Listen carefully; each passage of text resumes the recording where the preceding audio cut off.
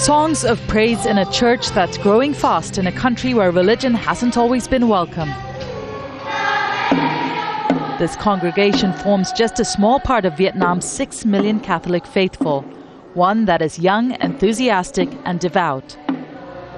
24-year-old Hoang is typical of many of today's worshippers. People should not just pursue the material life.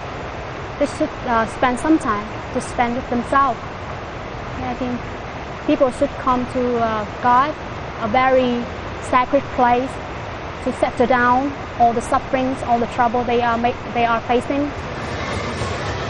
But for many Catholics in Vietnam, the source of that trouble is the government itself.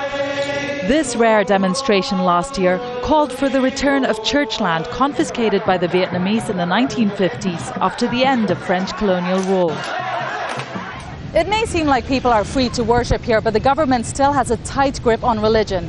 For instance, the Holy See in Rome chooses the candidates for bishop, but the Vietnamese authorities have the final say. Observers say the Vietnamese government has a deep-seated fear of any organization which could threaten its grip on power. It's the autonomy of organizations that worries the Communist Party. What do they do when they're behind closed doors? So the Communist Party wants to be able to monitor and control because it's paranoid about things getting out of hand.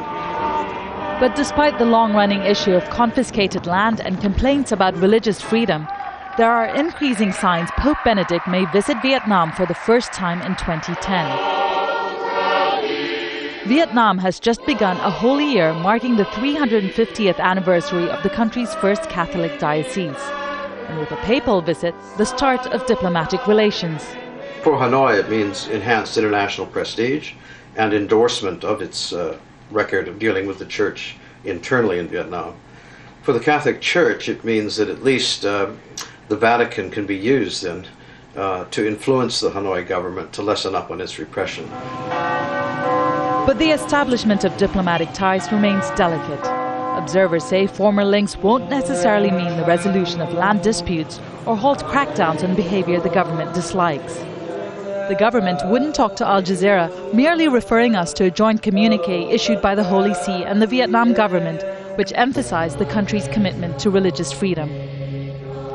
There's little doubt a papal visit to Vietnam would be widely welcomed. For Hoang, a lifetime ambition fulfilled. Divya Gopalan, Al Jazeera, Ho Chi Minh City, Vietnam.